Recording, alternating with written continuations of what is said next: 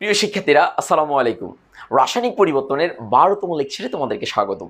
আজকে আমরা যেই টপিকটা নিয়ে আলোচনা করব সেটি হচ্ছে এই চ্যাপ্টারের জন্য সবচেয়ে গুরুত্বপূর্ণ একটি টপিক। সেটি হচ্ছে ক্যাপি ক্যাসি রাশিমালার প্রতিপাদন। তাহলে এই বিষয়টা, এর বেসিকটা যদি তোমরা ভালো করে রপ্ত করতে পারো, তাহলে সৃজনশীল এবং তোমার অবজেক্টিভ বলো, যে কোনো সমস্যা বা ম্যাথমেটিক্যাল প্রবলেম বলো, সবগুলো তোমাদের জন্য একদম সহজ হয়ে যাবে। সো আজকে আমরা প্রত্যেকটা জিনিস ইনশাল্লাহ পিন পয়েন্ট আলোচনা করব এবং বেসিক সহ, যাতে করে তোমাদের বিষয়গুলো সহজে সলভ হয়ে যায় ইনশাল্লাহ। তাহলে আমরা শুরু করবো যে ক্যাপি ক্যাসি রাশিমালা প্রতিপাদনটা। প্রথমে আমি একটা বিক্রিয়া নিচ্ছি, এই বিক্রিয়াটা একটু খেয়াল করো যে নাইট্রোজেন এক মোল পরিমাণ নাইট্রোজেন 3 মোল বা 3 মোল পরিমাণ হাইড্রোজেনের সাথে বিক্রিয়া করে 2 মোল অ্যামোনিয়া তৈরি করে। তো বিষয়টা কেমন হয় আমি একটু বেসিকটা দিয়ে তোমাকে শুরু করতে চাই। মনে করো আমি একটা পাত্রের মধ্যে, এই দেখো একটা পাত্রের মধ্যে, এই যে একটা পাত্রের মধ্যে বা একটা সিস্টেমের মধ্যে আমি নাইট্রোজেন দিলাম, তারপরে আমি হাইড্রোজেন দিলাম, রাইট, হাইড্রোজেন দিলাম 3 অনুপাত হাইড্রোজেন দিলাম।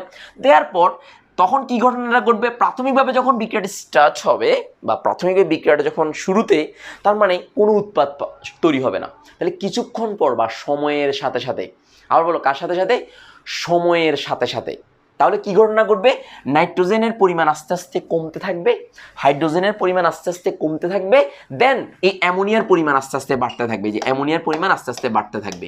তো এক পর্যায়ে এই নাইট্রোজেন এবং হাইড্রোজেন বিক্রিয়া করে নির্দিষ্ট অনুপাতে বিক্রিয়া করে, তাহলে কি অনুপাত হবে, যে নির্দিষ্ট অনুপাতে বিক্রিয়া করে বিক্রিয়াটি সাম্য অবস্থায় পৌঁছবে।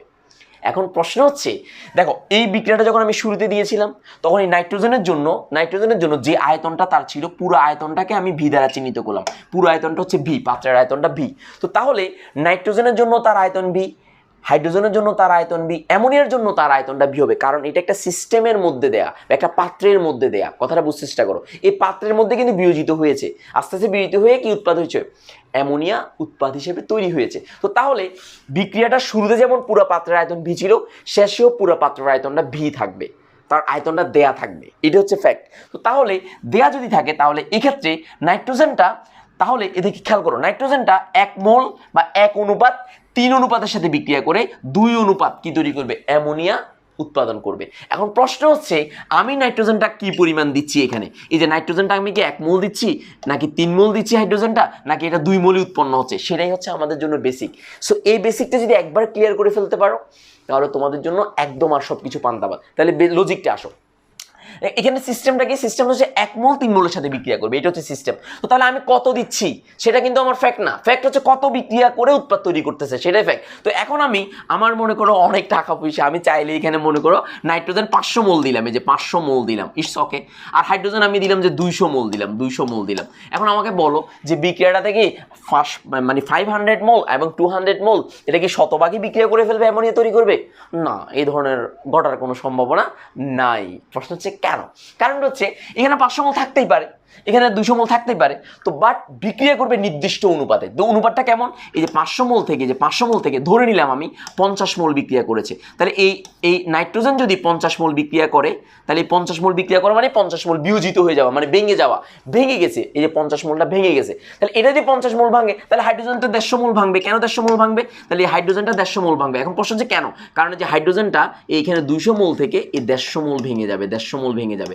এখন প্রশ্ন হচ্ছে কেন 150 মোল ভাঙবে, কারণ এটা যত মোল, এটা মানে এটার সাথে অনুপাতটা হচ্ছে 1:3, তার মানে এটা যত মোল ভাঙবে তার 3 গুণ পরিমাণে এটা ভাঙবে। তো ভাঙা মানে বিয়োজিত হওয়া, ভেঙে যাওয়া, হাইড্রোজেনটা ভেঙে গেল, ভেঙে দেখায় আসো, তাহলে এখানে 50, এখানে হচ্ছে 150, তাহলে উৎপাদ তৈরি হবে অ্যামোনিয়া। তাহলে অ্যামোনিয়াটা কতটুকু উৎপন্ন হবে, এই অ্যামোনিয়াটা উৎপন্ন হবে যে এখানে দুই পরিমাণ, তাহলে 2 পরিমাণ, তাহলে 2 পরিমাণ বলতে কেমন, তাহলে এখানে 100 মোল উৎপন্ন হবে, যে 100 মোল অ্যামোনিয়া উৎপন্ন হবে। এখন প্রশ্ন করতে পারো, স্যার এই যে 100 মোল অ্যামোনিয়া উৎপন্ন কেমনে বুঝলাম, আমি তো এটা ধরে নিলাম, তো বিক্রিয়া তো এটা বাস্তবতা বা বিক্রিয়ার একটা বিষয়, তো সেক্ষেত্রে আমি ধরে নিলাম 50 মোল। যদি এখানে মনে করো এখানে 10 মোল বিয়োজিত হইতো, এটা 10 মোল, তাহলে এটা 10 মোল বিয়োজিত, এটা হইতো 30 মোল, তাহলে এখানে উৎপন্ন হইতো 30 মোল উৎপন্ন হইতো, আর এখানে যেটা হইতো সেটা হচ্ছে 20 মোল আমি অ্যামোনিয়া পেতাম, 20 মোল আমি অ্যামোনিয়া পেতাম। কেন দ্বিগুণ, মানে 1 গুণ 3 গুণ, তারপর দ্বিগুণ, যে 1 × 3 রেশিওটা দেখো 1:3:2, তার মানে হচ্ছে এটা 1, মানে একটা ইউনিট, এটা 3 গুণ হবে, এটা হবে যে দ্বিগুণ। এইভাবে যেটা ভাঙবে যে পরিমাণ, সেটাই কিন্তু ওই অনুপাতে উৎপাদ তৈরি হবে, যে বিক্রিয়ার অনুপাতে উৎপাদ তৈরি হবে। সো আমরা মূলত এখানে এই বিষয়গুলো এইভাবে দিচ্ছি। সো এখানে কত মোল দিয়েছি, this is not fact, fact হচ্ছে কত মোল ভাঙতেছে, ভেঙে কত মোল উৎপাদ তৈরি হচ্ছে, দিস ইজ দ্য ফ্যাক্ট। এখন পরীক্ষাতে কি সমস্যা হয় সেটা আমরা একটু দেখব। পরীক্ষাতে স্টুডেন্টরা খুবই কনফিউজড হয়ে যায় যে আসলে বিষয়গুলো কিভাবে করবে। যদি প্রশ্নে কোনো মান দেয়া না থাকে যে কত মোল, আমি তো আগে থেকে দিয়ে দিলাম 500 মোল 200 মোল আমি মান দিয়ে দিলাম, কিন্তু যদি প্রশ্নে যদি এরকম কত মোল আছে, কত মোলের সাথে বিক্রিয়া করেছে, এরকম কোনো মান দেয়া না থাকে এই যে পরীক্ষার মধ্যে, তখন কি করবা? তখন দেখো এই মানে শুরুতে আমি একটু হিসাবটা বলি। শুরুতে প্রারম্ভিক অবস্থায়, বিক্রিয়ার শুরুতে প্রারম্ভিক অবস্থায় কি হবে, এই যে শুরুতে বা বিক্রিয়ার শুরুতে বা প্রারম্ভিক অবস্থায় লিখতে পারি প্রারম্ভিক অবস্থায়। তাহলে প্রারম্ভিক অবস্থায় তাহলে এটাকে 1 মোল ধরবা। কত মোল ধরবা? এটাকে 1 মোল ধরবা, এটা 1 মোল ধরবা, আর এটা কত মোল ধরবা? 3 মোল ধরবা। তাহলে এটা কত মোল হবে? এটা 0 মোল হবে। এখন প্রশ্ন হচ্ছে এটা 0 মোল কেন? কারণ বিক্রিয়ার শুরুতে তো কোনো উৎপাদ তৈরি হয় না। আবার বলছি, বিক্রিয়ার শুরুতেই কোনো উৎপাদ তৈরি হয়, সেখানে 0 মোল। সো বিক্রিয়া যখন সাম্য অবস্থায় পৌঁছবে তাহলে অনুপাতটা কিভাবে? তাহলে যে সাম্যাবস্থায় আমি এখানে বলতে পারি সাম্যাবস্থায়, তাহলে সাম্যাবস্থায় কি ঘটনাটা ঘটবে? তাহলে এই 1 মোল থেকে, তাহলে সেক্ষেত্রে এটা কি আলফা পরিমাণ, মানে যে অনুপাতে বিয়োজিত হবে এটা তার 3 গুণ। তাহলে এখানে 3 থেকে এই যে থ্রাইস আলফা, যত মোল তত আলফা বিয়োজিত হবে, আর এখানে উৎপাদ তৈরি হবে এই যে 2 আলফা পরিমাণ উৎপাদ তৈরি হবে, মানে এই যে 2 অনুপাতে উৎপাদ তৈরি হবে। তার মানে এত মোল, এখানে আমি লিখতে পারি যে এত মোল, এটা এত মোল, তাহলে এটা এত মোল, এই 2 মোল, এটা এত মোল উৎপন্ন হবে। সো বিক্রিয়ক সাম্য অবস্থায়, আর এখানে হচ্ছে উৎপাদ সাম্য অবস্থায়। এখন বইতে এই যে 100-200 দেয়া থাকবে, তখন তুমি কি করবা? তাহলে যখন কোনো প্রশ্নে স্পেসিফিকলি বা আলাদা করে যদি এখানে বলে যে 500 মোল, এখানে 200 মোল দেয়া থাকে, তখন তুমি 1, 2 বা 3 ধরতে পারবা না, তখন তোমাকে ধরতে হবে। তাহলে ইন কেস যখন বইতে, তাহলে আমি এখানে স্পেসিফিকলি তোমাদের জন্য লিখে দিচ্ছি, যখন সুনির্দিষ্ট পরিমাণ বিক্রিয়ক দেয়া থাকবে কোথায়? প্রশ্নে, এই যে প্রশ্নে তখন তুমি কি করবা? তখন এটাকে এ ধরবা, এই যে 500কে এ ধরবা, তাহলে দেখো তাহলে কি হিসাবটা তখন তুমি করবা? তখন এখানে এই 500 মানে 500কে তুমি 500 মোলকে এ ধরবা, তাহলে এ থেকে আলফা পরিমাণ মানে একটা নির্দিষ্ট অনুপাতে বিয়োজিত হবে। আবার বি মানে 200 মোল, বি থেকে এই যে থ্রাইস আলফা মানে 3 গুণ অনুপাতে বিয়োজিত হবে। তাহলে দেখো এরপরে উৎপাদ তৈরি হবে এই যে টোয়াইস আলফা পরিমাণ উৎপাদ তৈরি হবে। তাহলে এত মোল, আর এখানে এত মোল উৎপাদ তৈরি হবে, এত মোল বিক্রিয়া করবে, আর এখানে এত মোল উৎপাদ তৈরি হবে। সো এইভাবে তোমাকে প্রশ্নে জিনিসগুলো সাজাতে হবে। এখন মোল তো বিয়োজিত হয়েছে, ইটস ওকে। এবার তুমি ঘনমাত্রা নির্ণয় করো, কিভাবে করবা? তাহলে মোল ডিভাইড বাই আয়তন ইজুয়াল ঘনমাত্রা। ওই যে আয়তনটা ভি, পুরো পাত্রের আয়তনটা যেরকম ভি ধরা হয় পুরো পাত্রে একটা সিস্টেমের মধ্যে, সো মোল ডিভাইড বাই আয়তন সমান হচ্ছে ঘনমাত্রা। এটা আমি করে দেখাবো। এখন আমার স্টুডেন্ট যেটা এখানে কনফিউশনে ভুগে, সেটা হচ্ছে কি 1 ধরবে নাকি এ ধরবে। হাজারি স্যারের বইতে আরেকটা ফাজলিং দিয়েছে, সো হাজারি স্যারের মতো করবা না, আমি রিকোয়েস্ট করছি তোমাদেরকে। হাজারি স্যারের বইতে একটা ফাজলিং দেওয়া আছে, এখানে 3b দেওয়া আছে। না, 3b দেওয়ার দরকার নাই। তুমি 3b কেন দেবা? বি মানে তো একটা নির্দিষ্ট মোল বুঝাচ্ছে, মোল না এখানে দেয়া আছে, এটা প্রশ্নে দেয়া থাকবে, তো এটা আবার 3 দিয়ে গুণ করার দরকার কি? No need. তো সো এখানে 3 ধরার যে যত মোল তত, হাজারি স্যারের বইতে দেখবা যে এখানে 3b দিয়ে 3b থেকে 3 আলফা বিয়োগ করেছে। সো এই ধরনের দেওয়ার কোনো দরকার নাই। বি ধরবা, আমি বারবার বলছি, আমার কথা মনে রাখবা, যেভাবে বলছি এভাবে করাবা, তাহলে তোমার কোনো অঙ্কে কোনো কনফিউশন থাকবে না। যে কোনো ধরনের যে কোনো অঙ্ক তুমি সহজভাবে করতে পারবা। সো এই এ বি কখন ধরে এবং এখানে 1, 2, 3 কখন ধরে? তখন হচ্ছে যদি প্রশ্নের মধ্যে যদি কোনো স্পেসিফিক কত মোল বিক্রিয়া করেছে এই কথাটা দেওয়া না থাকে, তখন যত মোল তত ধরবা, যত মোল তত, এবং তত আলফা বিয়োজিত হবে, তত আলফা এখন প্রশ্ন হচ্ছে অনেক সময় বইয়ের মধ্যে এক্স দেয়া থাকে, যে এই মোলটা আলফার মানটা আলফা না দিয়ে এক্স দেওয়া থাকে। সো এক্স দিলে তো সমস্যা নাই রে বাবা, এখানে এক্স দাও, মানে ওই মোলই বিয়োজিত হচ্ছে, তো এক্স দাও, সমস্যা নাই তো। অনেকে আবার আলফাকে পার্সেন্টেজ বলে, না ওরকম চিন্তা করার কোনো দরকার নাই, মানে এত একটা নির্দিষ্ট পরিমাণ মোল কি হচ্ছে বিয়োজিত হচ্ছে। আর পার্সেন্টেজের ব্যাপারটা যখন আসবে তখন কিন্তু আমরা অঙ্কের মাধ্যমে পার্সেন্টেজটা বের করবো, এত মোলের কত পার্সেন্ট সেটা বের করে ফেলবো। সো এটা নিয়ে তুমি কনফিউজ হবে না। তুমি যদি এখানে এক্স দাও, ডাজেন্ট ম্যাটার, এক্স দিলে তোমার কোনো সমস্যা নাই। সো এক্স এবং আলফা এগুলোর মধ্যে গুলে ফেলিও না, এগুলো জিনিসগুলো বেসিকটা মাথার মধ্যে ঢুকিয়ে নাও। তাহলে তুমি কখন 1, 2 দিবা? তুমি 1, 2 তখনই দিবা যখন প্রশ্নের মধ্যে কোনো মোল সংখ্যা কত মোলের সাথে বিক্রিয়া করবে এই বিষয়টা দেওয়া থাকবে না। তখন তুমি 1, 2 যত মোল তত দিয়ে তত আলফা বিয়োগ করবা, তত আলফা উৎপন্ন হবে, এটা তোমার মূল কথা। আর যদি স্পেসিফিকলি এরকম মোল সংখ্যা দেওয়া থাকে, এত মোলের সাথে মিশানোর পরে এত মোলের এত পার্সেন্ট বিয়োজিত হয়েছে, এই বিষয়গুলো যখন আসবে তখন এই এ বি দিয়ে তুমি করবা। কি দিয়ে করবা? এ এবং বি। এ মানে হচ্ছে যত মোল দেওয়া থাকবে, বি মানে হচ্ছে যত মোল দেওয়া থাকবে। কারণ মোল যাই দেওয়া থাকুক না কেন, এই বিয়োজিত হওয়ার ক্ষেত্রে তখন একটা পার্সেন্টেজ বা অনুপাত অনুসারে তাহলে এটা 1 অনুপাত যদি হয় তাহলে এটা তো এই যে বিক্রিয়া 3 অনুপাত হবে, এটা 3 অনুপাত হবে। তাহলে এটা যদি 1 অনুপাত হয় তাহলে এটা হবে 3 অনুপাত। তারপর এখানে যত মোল বিক্রিয়া করে সেটা হচ্ছে উৎপাদে পরিণত হবে। এই হচ্ছে বেসিক। সো এই জিনিসটা দিয়েও তুমি সমীকরণ প্রতিপাদন করতে পারবা, এই বিষয়টা দিয়েও তুমি সমীকরণ প্রতিপাদন করতে পারবা, that is up to you. So আমি তোমাদেরকে আজকে আমি এই 1 2 দিয়ে সমীকরণগুলো প্রতিপাদন করাবো একটু। আবার তুমি চাইলে আমার যে বইটা আছে বইয়ের মধ্যে এবি দিয়ে প্রতিপাদন করানো আছে, সো তুমি চাইলে এবি দিয়ে প্রতিপাদন করতে পারো, আবার চাইলে 1 2 3 দিয়ে প্রতিপাদন করতে পারো, that is up to you. So আমার বইতে যেহেতু যে এবি দিয়ে প্রতিপাদন আছে সেহেতু আমি তোমাকে ভিন্ন আরেকটা নিয়ম তোমাকে আমি শিখাবো। তাহলে এক্ষেত্রে তোমার জন্য বিষয়গুলো একদম সহজ মনে হবে। তো তাহলে এবার আসো যে বিয়োজিত হওয়ার ব্যাপারটা, যে আলফা কখন আলফা হবে কখন এক্স হবে এটা নিয়ে টেনশন করার কোনো দরকার নেই। তুমি চাইলে এক্স দিলেও কোনো সমস্যা নাই, কিন্তু সেন্স কি ক্রিয়েট করবে, যেই পরিমাণ বিয়োজিত হবে বা ভেঙে যাবে সেই অনুপাতে উৎপাদ তৈরি হবে, সেই অনুপাতে এই যে উৎপাদটাও ওই বিক্রিয়ার সমতা অনুসারে উৎপাদ তৈরি হবে। যত মোল তত আলফা উৎপাদ, আর যত মোল তত আলফা বিয়োজিত হবে, যত মোল তত আলফা মানে যত মোল বিক্রিয়কে আছে ততগুলো বিয়োজিত হবে, মাইনাস হবে, ভেঙে যাবে, ওই ভেঙে উৎপাদ তৈরি করবে, ওই অনুপাত অনুসারে উৎপাদ তৈরি করবে। এটাই হচ্ছে বেসিক, এটাই সায়েন্স, এটাই বুঝতে হবে ভালো করে।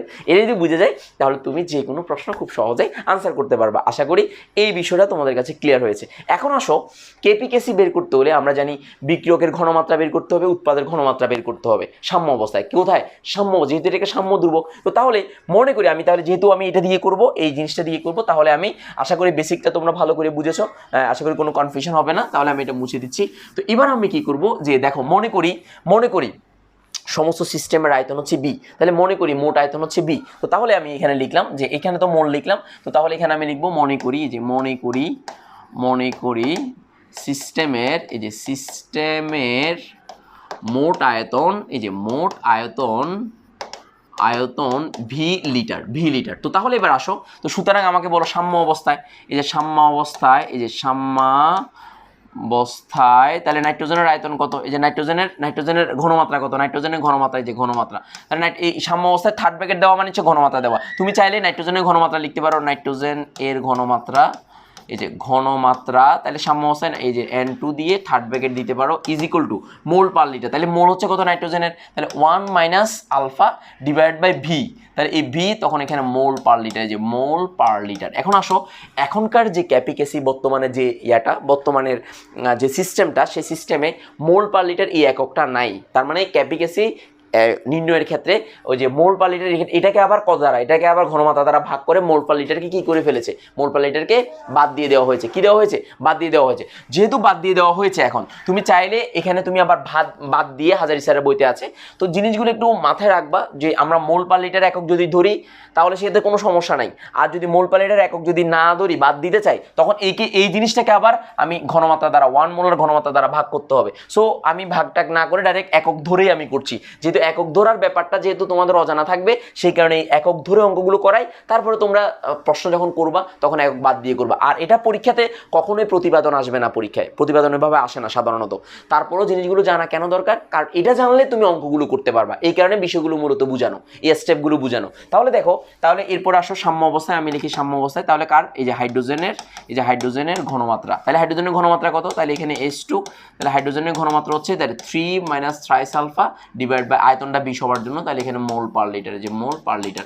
সো এবার ঘনমাত্রা যখন দিচ্ছি মোল পার লিটার। এরপরে দেখো সাম্য অবস্থায়, এরপর হচ্ছে অ্যামোনিয়ার ঘনমাত্রা, এই অ্যামোনিয়ার ঘনমাত্রা, তাহলে এই সাম্য অবস্থায় অ্যামোনিয়ার ঘনমাত্রাটা কেমন হচ্ছে, তাহলে সাম্য অবস্থায় এই অ্যামোনিয়ার ঘনমাত্রা তাহলে কত হচ্ছে, এই অ্যামোনিয়া দিলাম, এখানে থার্ড ব্র্যাকেট দিলাম, তাহলে এখানে মোল পারের অ্যামোনিয়া কত, টুয়াইস আলফা, এই যে টুয়াইস আলফা, এখানে টুয়াইস আলফা আছে, এই দেখো টুয়াইস আলফা, মানে মোল বাই আয়তন, মোল আয়তন হচ্ছে ভি, তাহলে মোল বাই আয়তন, তার মানে ঘনমাত্রা মানে মোল বাই আয়তন, এটা কিন্তু মাথায় রাখবা। আবার বলছি কি, মোল বাই কি আয়তন। সব বিষয়গুলো একটু ভালো করে মাথায় রাখলে তোমার জন্য সহজ হয়ে যাবে আশা করতেছি। তাহলে দেখো এখানে এটা মানটা হচ্ছে কত, এখানে ভি, এই যে ভি মোল পার লিটার, যে মোল পার লিটার এখানে। তো এবার আমাকে বলো ক্যাসির সমীকরণটা কি, ক্যাসি সমীকরণ বা ক্যাসির বিষয়টা কি, তাহলে সেটা আমরা একটু দেখবো। তাহলে দেখো, সুতরাং ক্যাসি ইজ ইকুয়াল টু সাম্য অবস্থায়, এই যে সাম্য অবস্থায়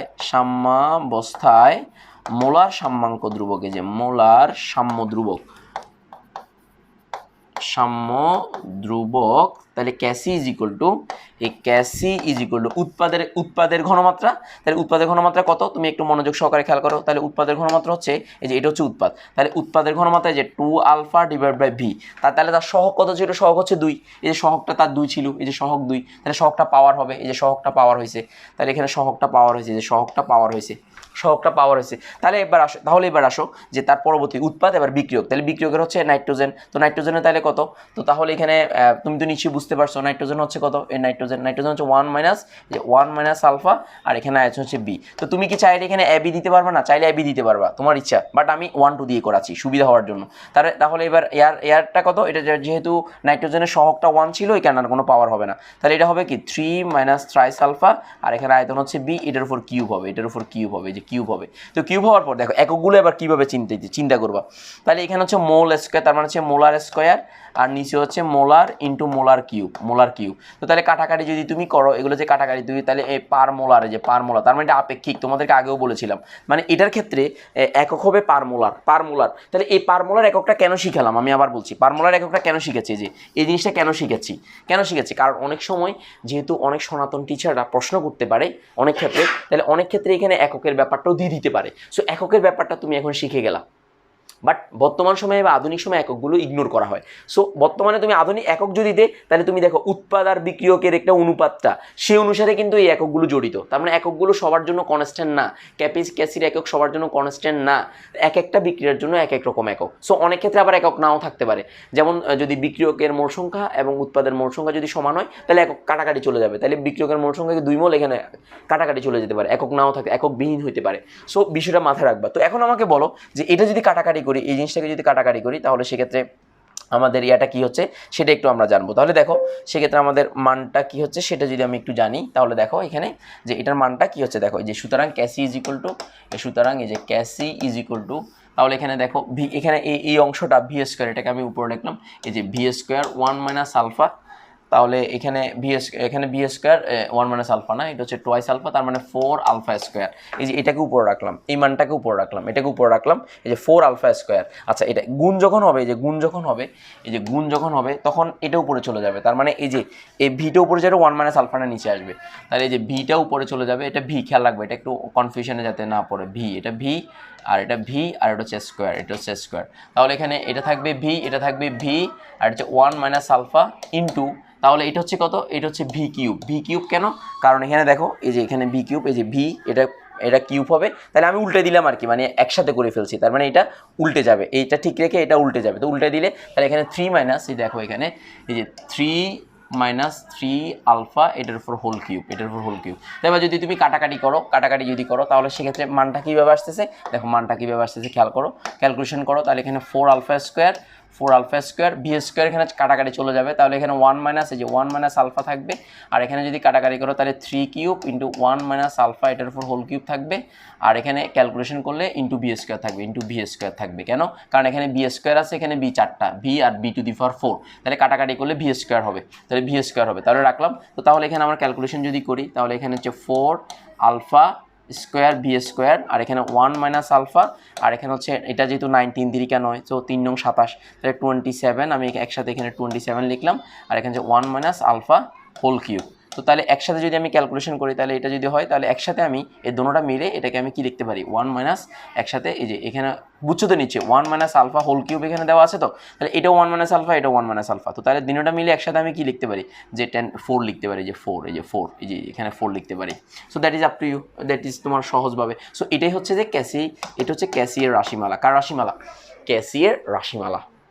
তো এবার আমাকে বলো যে কোনো একটা প্রশ্নে বা কোনো একটা অঙ্কে যদি তুমি বেসিক জিনিসটা যদি তোমার জানা থাকে বা বুঝে থাকে, তাহলে এটা তোমার জন্য একদম পান্তাভাত হয়ে যাবে। দেখছো কিনা কত সহজে তুমি করে ফেলতে পারবা ক্যাসির মানটা। তাহলে প্রথম কাজ হচ্ছে কী পরিমাণ বিয়োজিত হয়েছে, ভাঙছে, এই বিষয়গুলো মাথায় রাখা। দ্বিতীয় হচ্ছে আয়তনের ব্যাপারটা মাথায় রাখা। তারপর হচ্ছে ওই যে ক্যাসির সূত্র অনুসারে যে উৎপাদের ঘনমাত্রা এটার উপর সহগ যেটা থাকবে সেটা পাওয়ার হবে, এরপর বিক্রিয়কের ঘনমাত্রা দ্বয়ের গুণফল এবং সহগগুলো পাওয়ার হয়ে যাবে। তো এইভাবে যদি তুমি করো, ভি এর মানটা তুমি যদি জানো ঠাস ঠাস মানটা বসাই দিবা অথবা অঙ্কটা ডিরেক্ট করবা, তাহলে তোমাদের জন্য অঙ্কগুলো করা অনেক বেশি সহজ হয়ে যাবে। তাহলে এটা হচ্ছে ক্যাসি রাশিমালা প্রতিপাদন। এবার আমরা ক্যাপি রাশিমালা প্রতিপাদন। এখানে একটা মজার জিনিস আছে যে একটা সূত্র রয়েছে, সেই সূত্র দিয়েও ক্যাপিটা নির্ণয় করা যায়। তাহলে এই সূত্রটা হচ্ছে কি, আমরা সবাই জানি ক্যাপি ইজ ইকুয়াল টু, আমরা সবাই জানি যে ক্যাপি ইজ ইকুয়াল টু তাহলে Kc R T to the power del n, এটা দিয়েও করতে পারবা। তো তাহলে এখানে এটার মানটা, ক্যাসির মানটা এখানে কত দেওয়া আছে, 4 আলফা স্কোয়ার ভি স্কোয়ার, তারপরে এখানে 27 1 মাইনাস আলফা, এটা 4, এটা মানগুলো দেওয়া থাকবে। আর আরটির মান দেওয়া থাকলে এখানে আরটি তুমি দিলা, আর এর মান দেওয়া, আর ডেল এন এর মান কত, তাহলে ডেল এন এর মান হচ্ছে উৎপাদের মোট সংখ্যা, যেহেতু এটা দেখো উৎপাদের মোট সংখ্যা, তার মানে যেমন n2 প্লাস 3s2, তার মানে হচ্ছে 2ns3, তাহলে উৎপাদের মোট সংখ্যা, তাহলে দেখো উৎপাদের মোট সংখ্যা বিয়োগ বিক্রিয়কের মোট সংখ্যা, তাহলে 2 - 4 সমান হচ্ছে -2, তাহলে ডেল এন এর মানটা, সুতরাং এই ডেল এন এর মানটা হচ্ছে -2, সো ডেল এর মানটা এই যে -2। সো এই সূত্র দিয়েও তুমি শর্টকাটে ক্যাপির মান বের করলে, এই যে ক্যাপির মান বের করলে ক্যাসির মানে তুমি ক্যাসির মান বের করলে ক্যাপির মানটাও বের করে ফেলতে পারবা এই সূত্র দিয়ে, মানে আরটির আর এর মানটা তুমি কি বসাবা, আর এর মানটা তুমি কি 8.3 না, আর এর মানটা তুমি বসাইতে হবে লিটার একক, 0.0821 লিখতে হবে। কেন 0.082? কারণ এর আয়তনগুলো জড়িত, সবগুলো লিটার একক হবে। কি একক? লিটার একক। সো লিটার একক হলে এখানে সবগুলো মান কম, 0.0821 বসাতে হবে, 0.081। তাহলে আর এর মানটা তুমি 0.21 এরকম বসাতে হবে, তাহলে তখন ওগুলো লিটার এককে লিখতে পারবা। কিন্তু আর এর মান যদি তুমি 8.314 বসাও, 8.314 বসাও, তাহলে কি ঘটনা হবে, তোমাকে তখন এই আয়তনের মানটা তোমাকে অবশ্যই মিটার কিউবে নিয়ে যেতে হবে। তাহলে এই বিষয়গুলো একটু মাথায় রাখবা। যদি আর এর মান 8.314 বসাও, তাহলে ভি এর মানটা মিটার কিউবে নিতে হবে। আর যদি আর এর মানটা যদি 0.821 রাখো, 0.081 যদি রাখো, তাহলে সেক্ষেত্রে এই মানটা লিটার এককে, তাহলে আর এর মান এটা যদি হয়, তাহলে ভি এর মানটা লিটার একক হবে। আমি একটু লিখে দিচ্ছি যাতে সহজ হয়। আর আর এর মানটা যদি এটা বসাও, তাহলে এখানে এই হিসাবটা আসবে। সো এটা একটু, এই বেসিকটা একটু মাথায় রাখো। আর এর মানটা এটা হলে এটা, আর এর মানটা এটা বসালে এটার মান হচ্ছে ভি এর মানটা লিটার এককে বসাবে। তো সো এই মানগুলো যদি তোমার বেসিকটা ভালো থাকে, তাহলে তুমি খুব সহজে বিষয়গুলো কি করতে পারবা, রপ্ত করতে পারবা। এখন আসো আমরা এই সেম সমীকরণের জন্য, যেটা এই সমীকরণের জন্য আমরা ক্যাপি রাশিমালা প্রতিপাদন করব। কার রাশিমালা? ক্যাপি রাশিমালা। মানে অর্থাৎ আমরা এইভাবে ক্যাসি নির্ণয় না করে আমরা ক্যাপি ডিরেক্টলি নির্ণয় করব। ক্যাসি নির্ণয় করে ক্যাপি নির্ণয় করাচ্ছে, আমরা ডিরেক্টলি মানটা নির্ণয় করব, সেটা আমরা এখন দেখব। তাহলে দেখো, আমি যদি এটার করতে যাই, তাহলে সেক্ষেত্রে আমি একটু দেখাতে চাই তোমাদেরকে। দেখো সহজভাবে চিন্তা করো, তাহলে তোমাদের জন্য সহজ হবে। দেখো, সো এই বেসিকটা একটু মাথায় রাখবা, তাহলে তোমার জন্য সহজ হবে, অঙ্কগুলো সহজ হবে। এগুলো রসায়ন দ্বিতীয় পত্রের পরিবেশ রসায়নে আছে। সো এই মানটা আমি একটু বলে দিলাম জিনিসগুলো। আচ্ছা, এবার আসো, আমি যদি দেখাই, একটু খেয়াল করো, মনোযোগ সহকারে খেয়াল করবা। সেটা হচ্ছে যে আমি এখন ওই সেম সমীকরণের জন্য ক্যাপি রাশিমালা প্রতিপাদন করবো, যে রাশিমালা প্রতিপাদন করব। তাহলে মনে করব মোট চাপ হচ্ছে পি, তখন কিন্তু মোট চাপ পি ধরে নিতে হবে। তো তাহলে এই মোট চাপটা পি ধরে নিতে হবে। তাহলে মনে করি মোট চাপ, বিক্রিয়ার, এই যে মনে করি বিক্রিয়াটা একটু লিখে ফেলতেছি আমি, N2 + 3H2, তাহলে ইজ ইকুয়াল টু 2NH3। তো তাহলে এটা হচ্ছে সাম্য অবস্থা। আমি সহজে একদম শর্টকাট এখান দিয়ে লিখছি সাম্য অবস্থায়।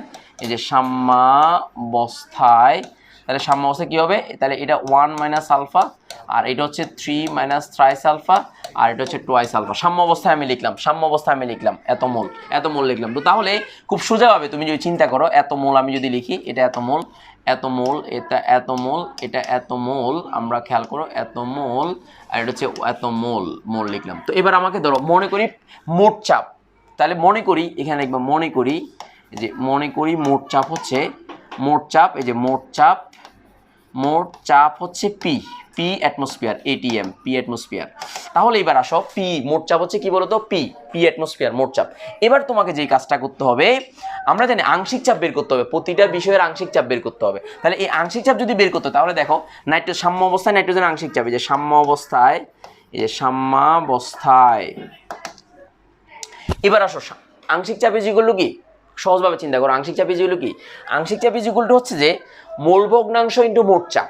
আবার বলছি আংশিক চাপ যেমন কি, তাহলে আমি একটু যদি বলি যে প্রতিটার আংশিক চাপ যদি বের করতে হয়, মানে এই নাইট্রোজেন, এই হাইড্রোজেন, এগুলো আংশিক চাপ যদি বের করতে হয়, তাহলে একটা সূত্র আছে। সূত্রটা এই আংশিক চাপ ইজ ইকুয়াল টু, এই যে আংশিক চাপ ইজ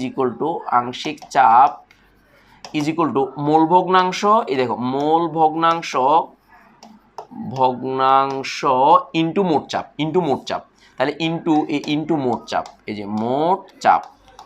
তাহলে আবার বলছি মোল ভগ্নাংশ ইন্টু মোট চাপ। তাহলে মোল ভগ্নাংশ জিনিসটা কি? তাহলে মোল ভগ্নাংশটা হচ্ছে তার মানে ইজ ইকুয়াল টু, মোল ভগ্নাংশ হচ্ছে মোল ভগ্নাংশ সংজ্ঞা তার হচ্ছে মোট মোল সাম্য অবস্থায় মোট মোল, মানে সাম্য অবস্থায় মোট মোল, মানে সাম্য অবস্থায় পুরো সিস্টেমের মোট মোল। আবার বলছি সাম্য অবস্থায় পুরো সিস্টেমের মোট মোল, সাম্য অবস্থায়। তাহলে আমরা যোগ করে দেখবো সাম্য অবস্থায় মোট মোল কত আছে। আমি কিন্তু প্রাথমিক অবস্থা না লিখে সরাসরি লিখে ফেলছি বোঝানোর জন্য। তাহলে মোট মোল আর সংশ্লিষ্ট মোল মানে ওই যৌগটার বা ওই সংশ্লিষ্ট যৌগটার কত মোল আছে সেটা। তাহলে সংশ্লিষ্ট মোল, এই যে সংশ্লিষ্ট মোল, এই যে সংশ্লিষ্ট মোল। তো এরপরে দেখো ইন্টু মোট চাপ পি, মোট চাপ হচ্ছে পি।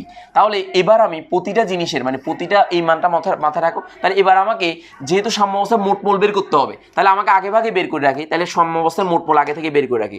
সুতরাং সাম্য অবস্থায়, এই যে সাম্যাবস্থায় মোট মোল ইজ ইকুয়াল টু, এই যে মোট মোল ইজ ইকুয়াল টু তাহলে কত বলো তো? তাহলে 1 minus alpha plus 3 minus thrice alpha, এই সবগুলো যোগ করবো, প্লাস এখানে টোয়াইস আলফা, এত মোল, এই এত মোল, এখানে মোল লিখবা, এত মোল। বাংলাতে লিখো, ইংলিশে লিখো, সমস্যা নেই। আচ্ছা রাইট। সো এবার আসো এই টোটাল মোল যোগ করো, 1 2 4, এখানে 4 আর এখানে হচ্ছে আলফা, তাহলে 4 এখানে টোয়াইস আলফা, তার মানে হচ্ছে 4 মাইনাস 2 আলফা। দেখো ক্যালকুলেশন করো, 2 আলফা, এত মোল। তো তাহলে এবার আসো যে সুতরাং আমি এই পি অফ, তাহলে আমি এখানে লিখতে পারি, কার লিখতে পারি সেটা দেখো, নাইট্রোজেনের আংশিক চাপ, এই যে নাইট্রোজেন এর আংশিক চাপ, এই যে আংশিক চাপ ইজ ইকুয়াল টু, তাহলে কত? আংশিক চাপ নাইট্রোজেন আংশিক চাপ কত দেখো, তাহলে দেখো তো এই মোট মোল, তাহলে মোট মোল হচ্ছে 4 মাইনাস টোয়াইস আলফা, এটা হচ্ছে মোট মোল। আর সংশ্লিষ্ট মোল কত ছিল? 1 মাইনাস আলফা, এই যে 1 মাইনাস আলফা ইন্টু মোট চাপ হচ্ছে পি, সো এত অ্যাটমসফিয়ার এটিএম। তো সো এককগুলো দিচ্ছি তোমাদের সুবিধার জন্য। আচ্ছা এবার আসো, হাইড্রোজেনের আমি ইয়াটা বের করবো, আংশিক চাপটা বের করবো। তাহলে দেখো এই হাইড্রোজেন এর আংশিক চাপ, তাহলে মোট মোল কত? এই মাত্র পাইছি মোট মোল 4 মাইনাস ট্রাইস আলফা, আর সংশ্লিষ্ট মোল হচ্ছে কত? 3 মাইনাস ট্রাইস আলফা, এই যে 3 মাইনাস ট্রাইস আলফা। তো সো ইন্টু মোট মোল হচ্ছে পি, এখানে পি, তাহলে এখানে দিলাম এত অ্যাটমসফিয়ার। এবার আসো আমরা কার বের করবো? এবার অ্যামোনিয়ারটা বের করবো। তাহলে সাম্য অবস্থায় অ্যামোনিয়ার মোট মোল, এই যে সাম্য অবস্থায়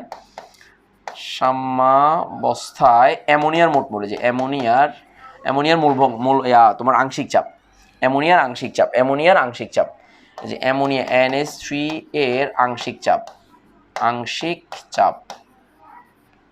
তাহলে এই আংশিক চাপ যেগুলো কি বলো, অনেক সময় এটাকে তুমি চাইলে এরকম মানে সংজ্ঞায়িত করতে পারবা। পি অফ, এখানে তুমি আংশিক চাপটা লিখছো তো এখানে, তো আমি তোমাকে একটু সংজ্ঞা দিয়ে তোমাকে বুঝিয়ে দিচ্ছি, তাহলে তোমার যাতে কনফিউশন থাকতে হবে না। এই আংশিক চাপ এটাকে পি অফ N2 বলা হয়, তাহলে এটাকে পি অফ H2 বলা হয়, মানে আংশিক চাপ এটা। তাহলে এটাকে পি অফ আমি NH3 বলতে পারি, যে NH3 বলতে পারি। তাই ইজ ইকুয়াল টু মোট মোল কত? সাম্য অবস্থায় মোট মোল হচ্ছে 4 মাইনাস টোয়াইস আলফা, আর এটা কি বলতো তোমার ওই এটা সাম্য অবস্থায় twice alpha into P. So হয়ে গেছে তো আমাদের এত অ্যাটমসফিয়ার। এবার আমাদের কি কাজ হবে? বলতো, এবার আমরা যে কাজ করব সেই কাজটা হচ্ছে যে এই সাম্য অবস্থায় তার, এবার আসো সাম্য অবস্থায় তার কি বের করব, যে আমরা সবগুলো আংশিক চাপ বের করে ফেলেছি, এবার আমি ক্যাপিন মানটা বের করব। তাহলে প্রতিটা জিনিস যদি তোমরা একটু খেয়াল করো, ভালো করে লক্ষ্য করো, তার মানে আমার ফাংশন হচ্ছে ক্যাপি এর রাশিমালা যদি প্রতিপাদন করতে হয় আংশিক চাপটা বের করতে হবে।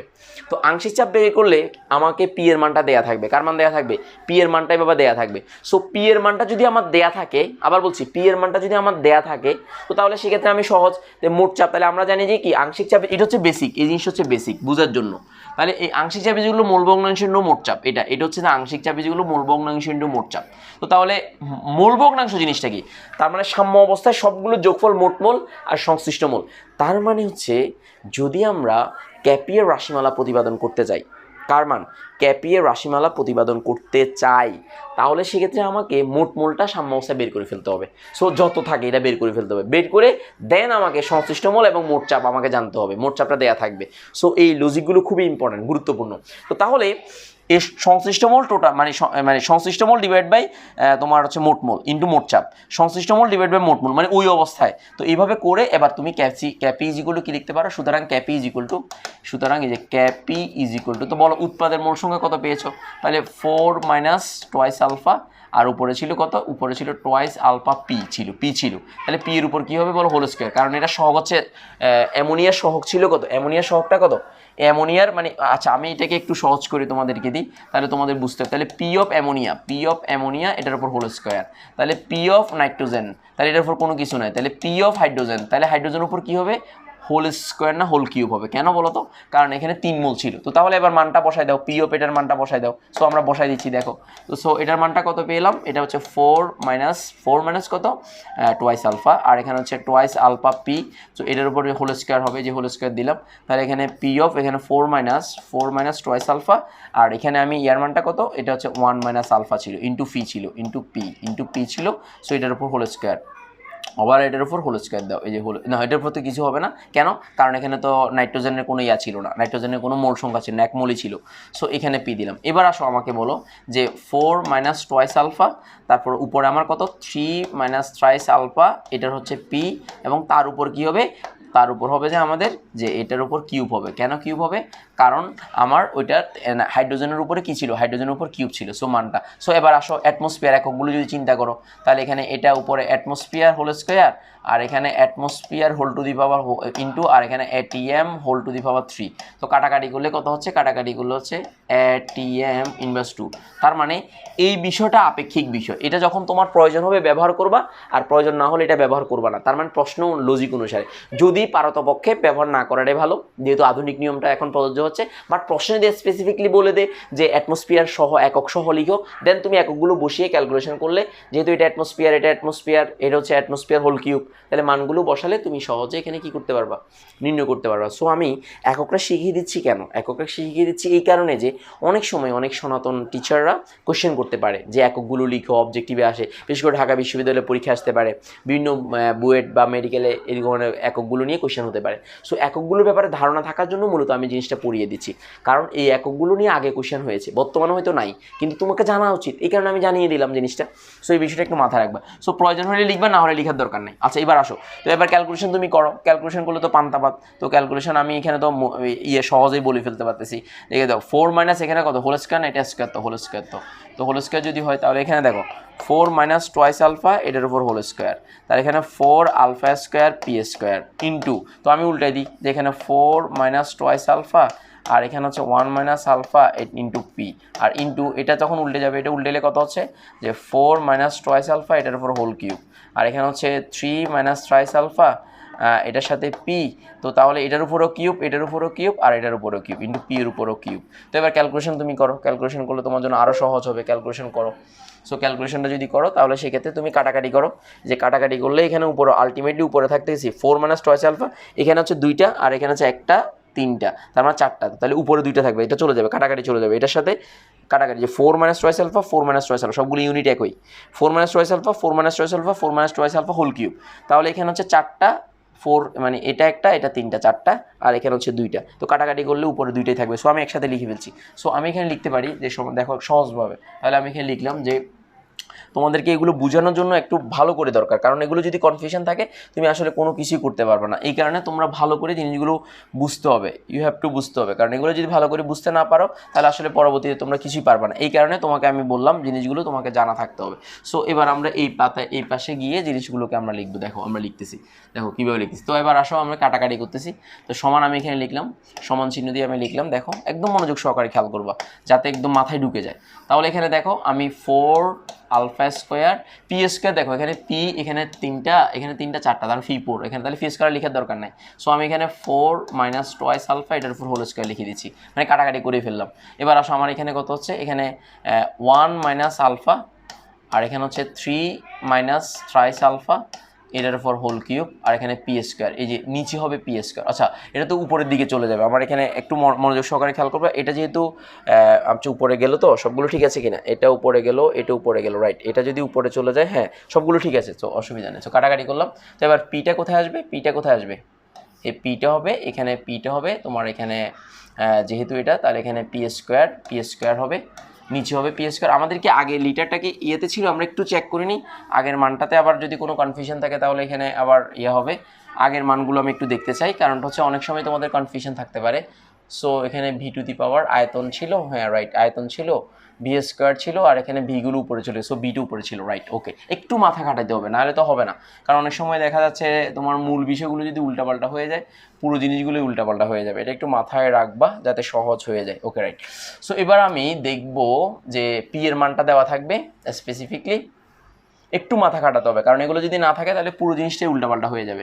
সো এবার এই মানটা আসলো, কাটাকাটি করার পরে এই মানটা আসলো, এবার মানটা আসলে আরও কাটাকাটি করা যায়। দেখো তুমি এখানে চাইলে কি করতে পারবা, দেখো 4 আলফা স্কোয়ার, দেখো 4 alpha square 4 minus twice alpha, এটাকে আর ইয়া করার দরকার না, মানগুলো বসিয়ে দেওয়া। তাহলে এখানে 1 মাইনাস আলফা, তো চাইলে এখানে ওই যে 27, তাহলে 3 কমন নিলে 3 কিউব, আর এখানে হবে ইন্টু 3 কিউব, আর এখানে হচ্ছে 1 মাইনাস আলফা, এটার উপর হোল কিউব, তো ইন্টু পি স্কোয়ার। তো তাহলে আরেকটু সহজ করা যায়, তো সহজ করলে জিনিসটা কেমন হয়, তাহলে এখানে হচ্ছে 27, তাহলে আমি একটু রেড মার্কস দিয়ে লিখি, তাহলে ইজ ইকুয়াল টু 1 মাইনাস, তাহলে এখানে কত হচ্ছে, এই যে 27, 1 মাইনাস আলফা, এটার উপর হোল কত হবে, হোল টু দি পাওয়ার 4 হবে। কেন, কারণ দেখো এই যে 27, 3 তিরিকে নয়, 3 9 27, আর এখানে 1 মাইনাস আলফা, তো টোটাল হচ্ছে 1 minus alpha whole to the power 4, তাহলে ইন্টু পি স্কোয়ার, তো পি স্কোয়ার তুমি এখানে দিলা, পি এর মানটা দেওয়া থাকবে পি স্কোয়ার, আর এখানে তোমার মানটা কত আসবে 4 আলফা স্কোয়ার।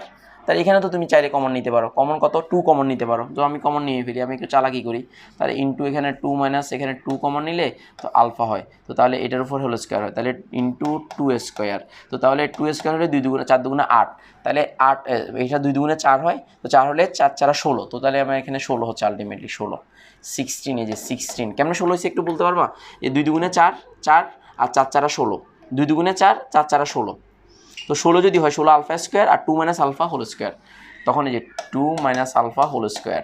সো এইভাবে আমরা যে ক্যাপিক অ্যাসিড, এটা সুতরাং এটা কি, এটা হচ্ছে আমার হচ্ছে ক্যাপি, সো ক্যাপি এর রাশিমান হচ্ছে এটাই।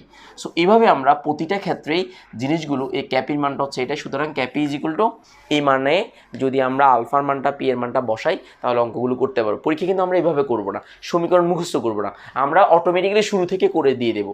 আমরা সমীকরণ মুখস্থ করে তো আমার দরকার নেই, এত কঠিন করার দরকার আছে না, এটা সমীকরণটা লাগবে কখন, এই সমীকরণটার জন্য আলাদা কয়েকটা বুয়েটে এবং বিভিন্ন জায়গায় কোশ্চেন আসে, লা সাতেলিয়ে নীতির প্রয়োগের মধ্যে আসে কতগুলো বিষয়, ওগুলো আমি আলাদা করে শিখাবো। লা সাতেলিয়ে নীতি বলেছিলাম না, লা সাতেলিয়ে নীতিটা ক্যাপিক অ্যাসিড রাশিমালা প্রতিপাদন করার পর আমি তোমাদেরকে শিখাবো।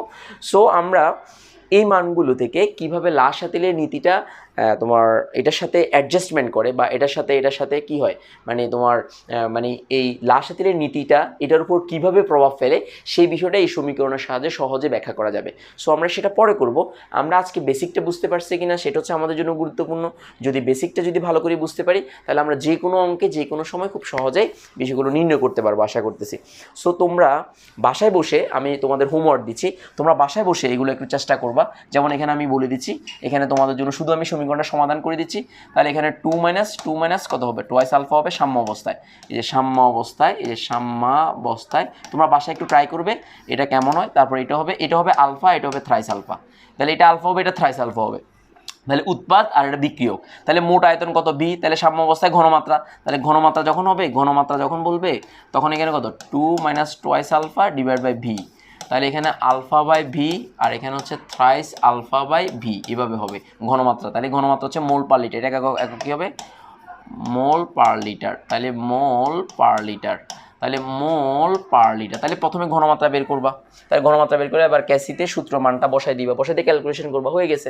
সো সুতরাং এখানে ক্যাসি ইজ ইকুয়াল টু, তো তাহলে এখানে তো পেয়ে গেলাম, তো তুমি সূত্রটা বসাই করবা। তো তার মানে আমি এখানে একটু সুন্দর করে লিখি, তার মানে এটা ঘনমাত্রা দেওয়া আছে, তারপর হচ্ছে H2 এর ঘনমাত্রা, এটার উপর পাওয়ার হবে হোল কিউব, আর বিক্রিয়কের হচ্ছে NH3 এটার ঘনমাত্রা এবং পাওয়ার হবে স্কোয়ার। সো এইভাবে মান বসিয়ে, এই যে এটার মান, অ্যামোনিয়ার মান এটা, এটার মান এটা, এটার মান এটা, মানগুলো বসিয়ে ক্যালকুলেশন করবা। সো ক্যাপিটা, এবার যদি এটা ক্যাপি নির্ণয় করতে হয় তাহলে কি করবা বলো তো, ক্যাপি নির্ণয় কীভাবে করবা, ক্যাপি নির্ণয়ের সময় মোট মোল বের করতে হবে, সাম্য অবস্থায় মোট মোল, তাহলে মোট চাপ কী ধরতে হবে, এই যে মোট চাপ পি ধরবা, পি এটিএম ধরবা, আর এখানে মোট আয়তন কত ধরছো বি, মোট আয়তনটা ভি ধরছো, এখানে মোট আয়তন ভি ধরছো, বি লিটার, মোট আয়তন ভি লিটার ধরেছো। আবার বলছি মোট আয়তন, এই যে মোট আয়তন ভি লিটার ধরেছো, এটা একটু মনে রাখতে হবে। সো ভি লিটার, আর ওখানে মোট চাপ পি ধরবা, তো পি ধরে এবার ক্যালকুলেশন করে, তাহলে এখানে আরেকটা জিনিস দরকার হবে, কি দরকার হবে বলো তো, এখানে দরকার হবে সাম্য অবস্থায় মোট মোল, যে সাম্য অবস্থায় সাম্যাবস্থায় মোট মোলের এই বিষয়টা দরকার হবে। তাহলে মোট মোল কত? তাহলে এখানে হচ্ছে two minus twice alpha, two minus twice alpha, তারপর হচ্ছে আমি একটু নিচে দিয়ে লিখি মোট মোল, তাহলে ইজ ইকুয়াল টু, তাহলে 2 minus twice alpha plus alpha, আর এখানে প্লাস থ্রাইস আলফা, এভাবে হবে। তো হলে তখন ক্যালকুলেশন করো, তাহলে 2 প্লাস 2 আলফা, এটা হচ্ছে সাম্যাবস্থায় মোট মোল। আবার বলছি, এটা সাম্যাবস্থায় কি মোট মোল, এটা সাম্যাবস্থায় মোট মোল হচ্ছে এটা। সো পরীক্ষায় মানে কোনো কিছু বুঝার আগে বা করার আগে তুমি যখন ক্যাপির মান বের করবা, যখন ক্যাপি এর মান বের করতে যাবা, তখন এখানে মোট চাপ এবং মোট মোল এই হিসাবটা করতে হবে। আর ক্যাসি যখন বের করতে যাবা, তখন তুমি আয়তন মাথায় রাখতে হবে এবং তার ঘনমাত্রা নির্ণয় করতে হবে। তাহলে এই মোট মোলটা কেন বের করলাম? এই মোট মোলটা বের করলাম যখন আমি আংশিক চাপটা মানে প্রতিটা মোলের আমি আংশিক চাপ বের করতে যাব, তখন এই আংশিক চাপ সমান হচ্ছে নিচে টোটাল মোল থাকবে, উপরে থাকবে ওই সাম্য অবস্থায় তার সংশ্লিষ্ট মোলটা। তো তাহলে এটা তো আমি একটু হেল্প করি তোমাদেরকে, কারণ এই জিনিসগুলো খুবই গুরুত্বপূর্ণ।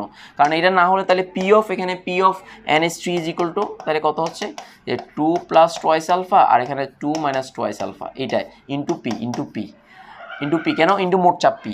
তো সো এবার পি অফ আমি যদি বলি এই H2, তাহলে সেক্ষেত্রে কত হবে যে পি অফ H2 তাহলে কত হচ্ছে শুধু আলফা, তাহলে 2 plus twice alpha into P. তাহলে এবার এখানে কত হবে থ্রাইস আলফা হবে, যেহেতু হাইড্রোজেনের 3 মোল আছে থ্রাইস আলফা। তো তাহলে এবার পি অফ N2 যদি হয় তাহলে কত হচ্ছে যে উপরে হবে কত, উপরে হবে টোয়াইস আলফা, না শুধু আলফা হবে নাইট্রোজেনের, শুধু আলফা, এখানে 2 plus twice alpha into P. So এইভাবে তুমি এবার মান বসায় তুমি সহজে ক্যাপি এর মানটা বের করে ফেলতে পারবা। সো এইভাবে প্রতিটা জিনিস করা যায়, তোমরা মান বসিয়ে যদি করতে পারো। বেসিকটা আমি ভালো করে বুঝিয়ে দিলাম, এবার তুমি যে কোনো সমীকরণ সলভ করতে পারো। আমি আরও একটা সমীকরণ তোমাকে সলভ করে দিচ্ছি, এটাকে একটু দেখানোর দরকার আছে, একটু দেখো তোমরা, দেখে তোমরা মানটা বসিয়ে দিও। আমি একটু স্ক্রিনশট তোলার জন্য সময় দিলাম। এটা ভি লিটার, এই যে লিটার হবে ভি লিটার, মানে ভি আয়তন, একটু মাথায় রাখবা। সো আশা করি তোমরা মানগুলো বসিয়ে দিলে অঙ্কগুলো পেয়ে যাবা। বেসিকটা আমি দেখাই দিচ্ছি, কেন বেসিকটা দেখাচ্ছি, কারণ এগুলো বেসিকটা পারলে তুমি তোমার অঙ্কগুলো তোমার জন্য সহজ হয়ে যাবে ইনশাল্লাহ। সো আমি আরেকটা সমীকরণ তোমাকে একটু সলভ করে দিই, এটা সলভ করে দিই, আর কিছু করবো না, শুধুমাত্র আমি মানটা ভেঙে দেবো। সো এখানে আমি আবার বলছি যে যদি স্পেসিফিক মোল দেওয়া থাকে এবি ধরে করবা, আর যদি স্পেসিফিক মোল দেওয়া না থাকে প্রশ্নে, তাহলে তুমি 1 2 3 যা দেওয়া থাকবে যত মোল তত। দেখো এটা ভাঙলে এটা হয়, তাহলে তো এটা সাম্য অবস্থায় তো এটা বুঝতেই পারছো যে সাম্য অবস্থায় ভাঙবে, বাট প্রাথমিক অবস্থায় এটা থাকবে আর এটা জিরো হবে, এগুলো জিরো হবে। তাহলে তুমি যদি প্রাথমিক অবস্থায় করো তাহলে এটা মোট মোল থাকবে, বাট এগুলো জিরো হবে। আর সাম্য অবস্থায় যখন হবে, এই যে সাম্যাবস্থায় তো বিয়োজিত হয়ে রে বাবা, তাহলে 1 মাইনাস আলফা হবে। সো এখানে হবে আলফা, এখানে হবে আলফা। সো মোট আয়তন, এবার সাম্যাবস্থায় ঘনমাত্রা যদি হয়, মোট আয়তন বি দ্বারা ভাগ করবা, তাহলে মোট আয়তন কত, এই যে মোট আয়তন ভি লিটার। সো এইভাবে করে তুমি এবার ক্যালকুলেশনটা করতে পারবা। সো আর দেখিয়ে দেওয়ার দরকার হচ্ছে না, আমি আশা করছি তোমরা পারবে।